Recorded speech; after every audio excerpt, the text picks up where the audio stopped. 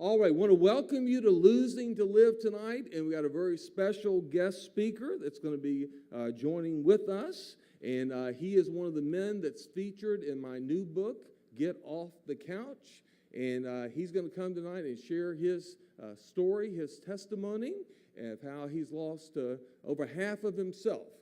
When he arrived here at 499 pounds, and now tonight he's going to share how God has transformed his life. So let's welcome Chris Wilcox as he comes to share with us tonight. Let's give him a great hand, okay? 280 pounds, 280 pounds.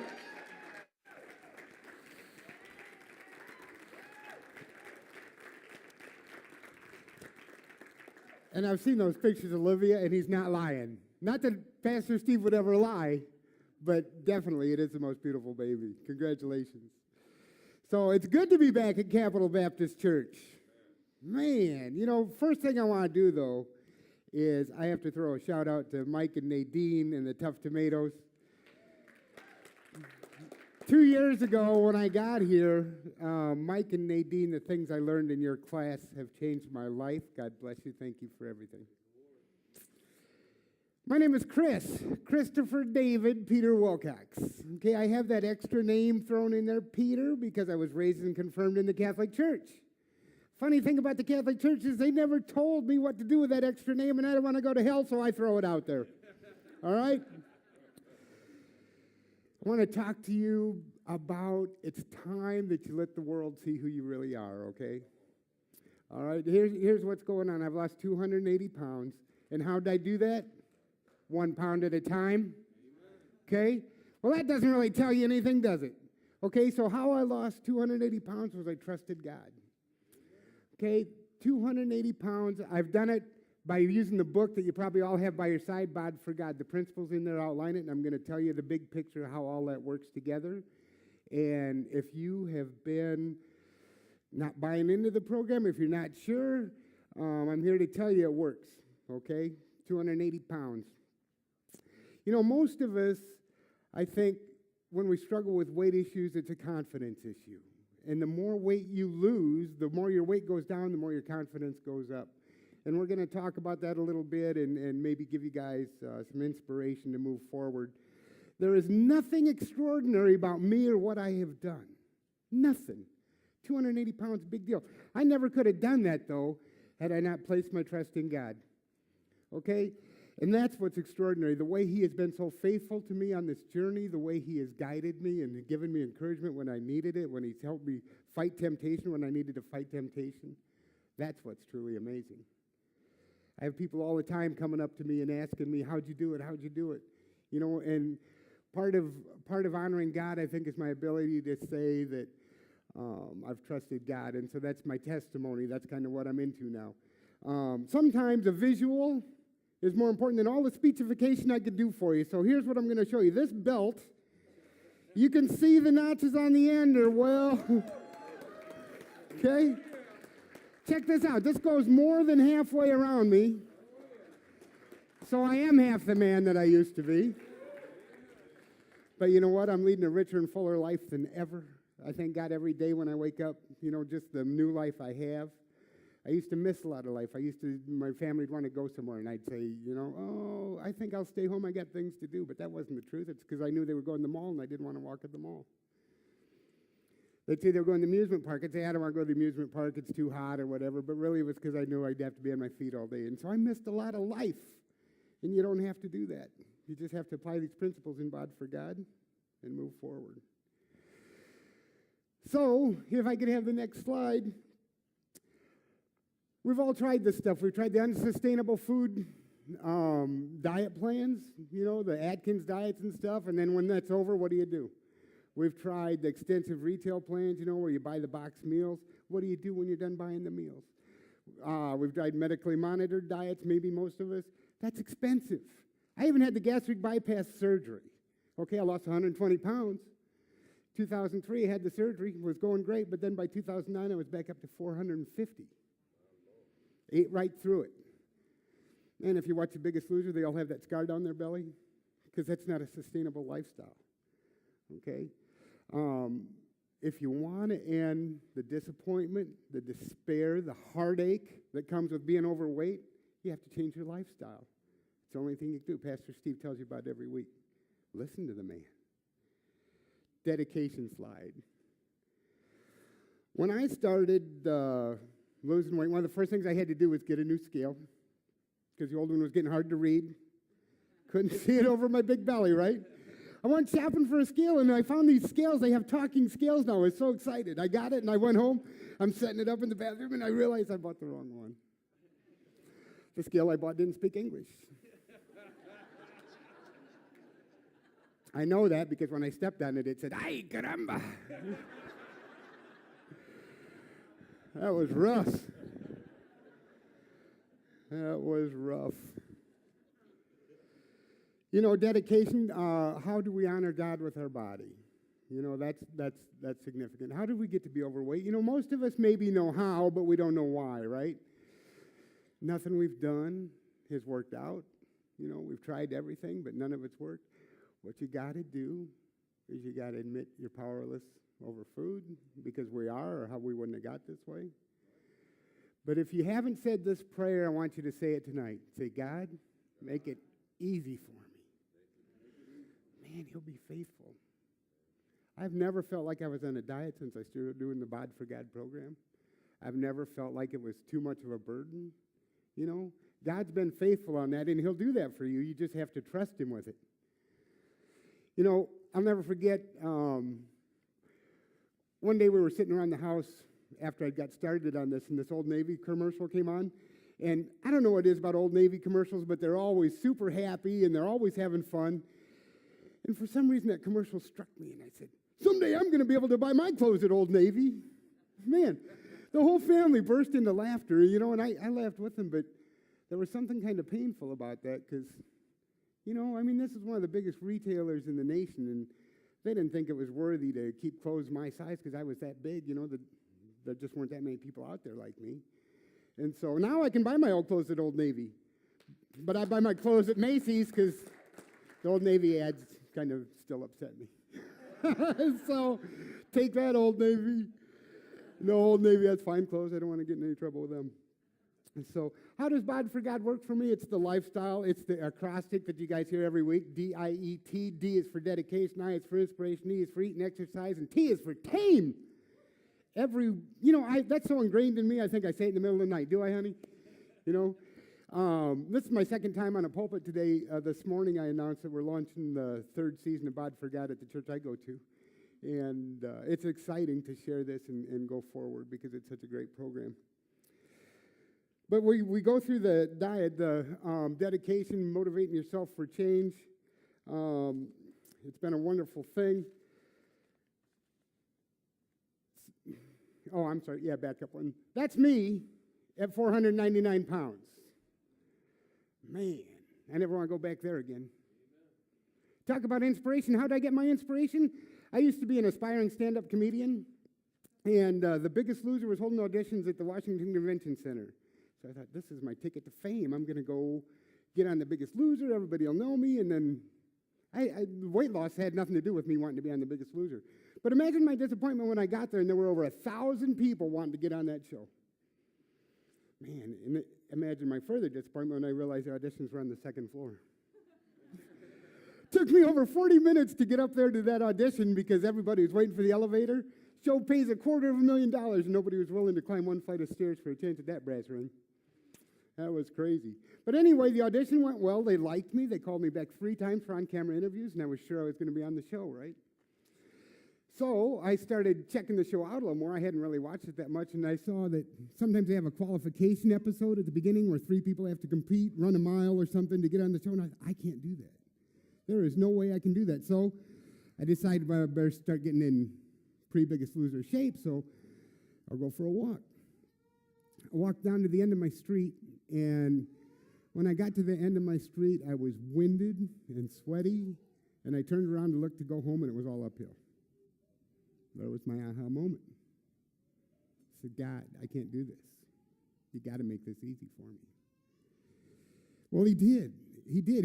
I got home, and the answered prayer that I didn't recognize at the time, the first thing I did was I went in the house and I got on Facebook and I said, I'm 451 pounds. I've got a good chance to be on The Biggest Loser, but I can't do it right now, so I need your help. Man, we all have fit friends, right? My friends started telling me, tell me if this stuff sounds familiar. Drink a lot of water. Eat 5 times a day. Change the type of food you eat. Don't eat processed food and fast food. And so fit people know that all along. You know, all the time people ask me, how did you lose the weight? And I always tell them, well, I watch what I eat and I exercise. Who knew? You know, right? Who knew? It's so fundamental. I tried everything first, though. I tried pills. I tried surgery. I tried it all. None of that worked. But this is all working for me now. Oh, man. What else we got up here? You know, this is probably one of the biggest things about Biggest Loser, the incremental change, the small steps. Just embrace that. Because, like I said, I've never felt like I'm on a diet. I've just continually added to what I'm doing. And really, I'm kind of amazed at the things I can do now. You know, like I did a 2-mile on the elliptical the other day in 16 minutes. Yeah. The first time I was ever on an exercise machine, I couldn't even go a half a mile, and I thought I was going to die. It was a good time to spend with God, though. I was, praying a lot. Dear God, get me off this thing. Just get me off this. Oh, man. So you're tired of making excuses for not joining in on life's activities? Do you wish people knew who you really were? Because you know what? That's the real world out there. They judge us. When we're overweight, they treat you differently. Actually, that's getting kind of be a thing now because people treat me differently. And I think, I'm the same guy that I always was. But people are going to be how they are going to be. This is between you and God. This is definitely between you and God. And you need to make that connection and trust Him to carry you forward. Because it is really time that you showed the world who you really are. And when you get your body right, when you get your mind right, when you're walking with God, then that's who you really are, right? Eat and exercise. Eat and exercise. I'll never forget. This is one of my favorite stories because this is true. One night after I first started Bod for God, the idea of a bowl of ice cream had come into my head. The family had gone to sleep, and I started thinking, I'll just have a little bowl because, I'm doing Bod for God. And I thought, no, I'm not going to have a little. Maybe I'll just have a spoonful, And finally got to the point where I was thinking about licking the lid, and I said, no. This is how you got to be that way. You can't do that. But, we've all, once you get the idea of eating something when you shouldn't, it's kind of hard to get rid of it. So I started thinking for healthier alternatives. There was a piece of chicken breast left over, and I thought, maybe I'll have that, and then I'll go to bed. That's lean protein. That'll be good for me. And I went through all these same arguments, and pretty soon I said, no, you can't be eating a whole chicken breast at 11 o'clock at night. You already had your dinner. But, man, the slippery slope. Started thinking about the celery and the crisper.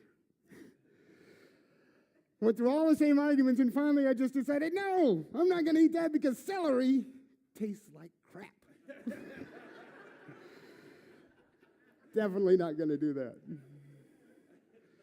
Oh, man, those arguments we have with ourselves, But you know what? We can all do all things through Christ who strengthens us, right? So when you're having those moments, cling to that. Man, it'll get you through. Oh, eat and exercise. This is where the rubber hits the road, right? That's me at $4.99. That's me at $2.30 down below. Man, there's a difference. I didn't used to have a neck, did I? Anyway, it's less about what you eat and more about it's less about how much you eat and more about what you eat, right? Because I never feel hungry, but I feel like I'm eating all day. I eat the same thing for breakfast every day. You don't have to do that. Maybe have 3 or 4 things that you like. And then just know, keep it in the calorie range that you want to be, and then just have that for breakfast every day. For lunch, I pack my lunch and take it with me every day. There's an apple, some almonds, maybe a protein bar, some beef jerky. And then my trigger's boredom. When I eat, when I'm bored, I eat. And so if I reach for something like that, as opposed to like Girl Scout cookies, it's that time of year, Satan. Anyway, I reach for those type of things, and I'm eating all day. And then when I get home, I'm not overly hungry either. And so then for dinner, we eat a sensible lean meat, vegetables and some fruit, some salad, and it's good to go. And it's easy to keep your calories where you want them if you plan ahead. Just today we went to BJ's and we bought a 10-pound bag of almonds. And my daughter was good enough to bag those in 1-ounce servings into the snack bags. So I got those good to go. When I have to go to work in the morning, I throw my apple in, I throw my protein bar, I throw my almonds. Plan ahead. Makes life easy. You don't have to make choices. I used to be the kind of guy that would go to a restaurant and I would look for the most food for the buck. Really, I didn't care what it tasted like. I never looked for the things that looked like they tasted the best. I looked for what was the biggest portions. And that's how I lived my life. Another way, when we honor God, do you think it honors God when you stop at a drive-thru on the way home to eat dinner? I used to do that. I'd go get a quarter pounder of cheese, large fry, and a large drink on my way home from dinner. Sometimes I'd get 2 because 1 burger wasn't going to be enough. Then when I'd get home, I'd stuff the wrappers in the trash before I go in the house, and then I'd eat my dinner. And then I'd snack after dinner. And that's not honoring God. Do you think it's honoring God when you eat convenience, junk food, fast foods and stuff? Or do you think it honors God more when you eat the stuff that he put on the planet for us, the abundant food that he provided for us already, as close to the way God created it? Because that's what's healthy for us. In his divine wisdom, that's what he put on the earth for us to eat. There's another thing to that. When you eat those snack foods and when you eat that junk food and that kind of stuff, that takes away, there's something to preparing a meal and sitting down for a meal with your family. I think God thinks that's important. Family is so important. And when you have the opportunity to share with your family and share in the preparation of the meal, that's a way to honor God. When you're thinking about, I'm not going to go to the gym today, do you think it's God that's putting those ideas in your head, or do you think it's Satan, right? Who are you going to listen to? You honor God with your body by listening.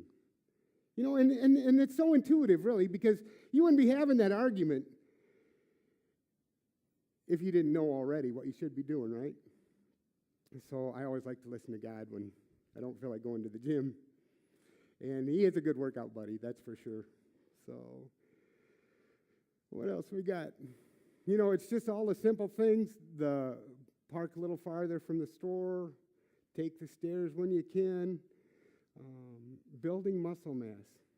One, it's kind of fun to show the pipes, But if you left your car idling in the driveway all night, do you think you'd be surprised how much gas it used by morning? None of us would do that, right? But when you go to the gym, when you build muscle mass, when you're sleeping at night, by the end of the week, it's going to be 1,000, 2,000 calories you burn just by sleeping. That's an exercise plan I can get into, right? So if you don't like doing the exercise, you know what? You just got to do it. Sorry to tell you. But that's just a fundamental thing. That and the water, you got to do the water. I used to be one of those 6-pack of sodas a day guys. Man, and then I got to the point where I do 1 a month, or 1 a week, or 1 a month. And I don't even do that anymore. When I'm thirsty, I go for water. Pastor Steve used to tell the story, probably still does, about, there's people that when they get hungry, they reach for a bug or a snake or something like that, because that's what they're used to eating. Well, you can retrain yourself, you can train yourself to eat the things that are good for you. And, a juicy apple, give me that over a cookie or donut any day.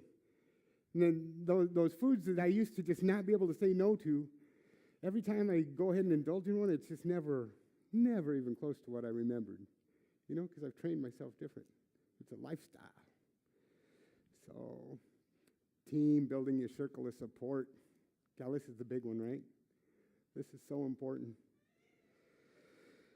First guy on my team is God, that's for sure. Because when you're doing stuff you don't want to do, when you're in the gym and when it's hard and when you don't feel like being there, talk to God.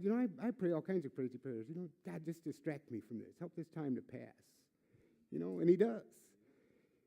I've had times where I got arthritis in my knees and I've been having pain in my knees and I say, God, take this away. And you know what? Instantly. That almost made me cry. I fell off the bike. I couldn't believe it. So he's faithful. You just got to count on him. You got to depend on him. There's the team side. I like to take the team element into the whole acrostic again. I have a dedication team. That's my accountability buddies. That's what I call them. Those people that know what I'm doing. They've seen my success. One of the things I did was when I went on Facebook, and I've continued to do that. You don't got to use Facebook. You know, your team can be anybody, but for me, it is Facebook. When I post on Facebook a picture, you know, that of my weight loss, or I post my weight loss, you know, and then I post when I go to the gym, and you get the feedback, you know, the encouragement, and that's what you need to seek out and find. You need to find people that will lift you up and hold you up and help hold you accountable, because I don't want to ever go on Facebook and tell them I gained 5 pounds. God. I think I would just not post if that actually happened. But, you know, I have just a core group of solid friends that not only got me started by giving me the tips and the advice that I needed, but they also encourage me. And they say I'm an inspiration, you know, and I just have to say, no, it's you. You know, you're encouraging me every step of the way, and that's a beautiful thing. Your inspiration team, that needs to be the people that love you the most, that care about you the most, maybe some coworkers. You know, you need to count on those people. At first, it's tough because people don't like to see the change, you know. They want the same fun, old, fat, jolly Chris, right, you know. But after you start having some success, they start buying into it. You know, it's so cool. I'm changing jobs. I start a new job tomorrow, but the old guys I worked with is just a great team of guys. And as I continued to lose weight while I was employed there, more and more of my fellow employees started asking questions and started buying into the program and started doing it. And I sent them all to Amazon to get Pastor Steve's book. I hope they all bought one. But you know, it's a neat thing. It's contagious, you know. And that's another way to honor God with your body. You know, as you have success, it's important that you share it going forward, because people ask you how you're doing it, you know, and when you can tell them that I can do all things through Christ who strengthens me, they might go, what? I never thought of that, you know. It's a cool thing. My eat and exercise team, there's trainers, there's nutritionists, there's friends and family. There's websites. I think on my next slide I have some websites. If you can read them, Spark People, Fat Secret, CalorieCount.com. Those are all good. There's a million of them out there. But those things you just plug in any food item, any restaurant, and they'll load up the calorie count. You just click add, and it'll keep track of your calories. Spark People has all kinds of recipes and testimonials and encouragement and tricks and all kinds of good stuff. Calorie Count has, well, and they all have videos on exercise. That's a team. You know, Google is your teammate, right? If you don't do it, YouTube. Every exercise you could ever imagine, it's how-to on YouTube. So those are great things. Yeah, the media is good. I draw from so many resources, but all of it is outlined in the book Bod for God, okay? And Get Off the Couch. Those principles are time-tested, they're proven, and they'll work for you. You know, people always say, if I can do it, you can do it. I used to hate it when people would say that.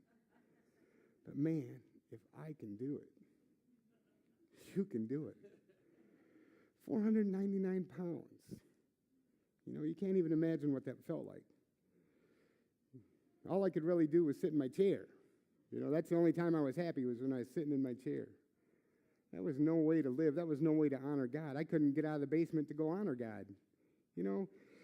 And I think, you know, you talk about spiritual gifts and things like that, and I always was searching for that too. The other thing I was always searching for was, why was I overweight? I never had anything traumatic in my past or anything that I could identify of why I overate. I just like to eat.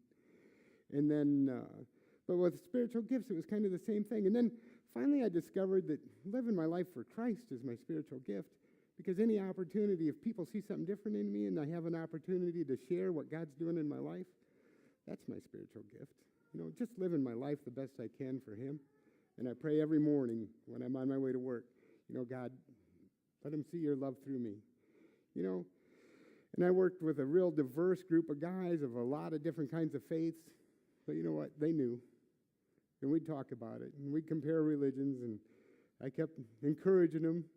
But you know, I think I'm going to be greatly missed at that last place I worked. And I'm going to miss them. But I think it's because of the love of Christ that was in me that I shared with them that was so important. You know, we didn't get the way we were overnight, and we're not going to lose it overnight, but just keep working, chopping the wood in front of you, and you'll get there. One of the best things I took out of Bod for God also was in 6 months or a year or 5 years from now, is the person you are sitting there now the person you want to be? You know? For me, it wasn't. And I decided to do something about it, and you got to just do it now. Pray for God to make it easy for you. Trust God to help you through temptation. And let the world see the person that you really are. Thanks for your time, you guys. I appreciate it. You guys are doing a great thing.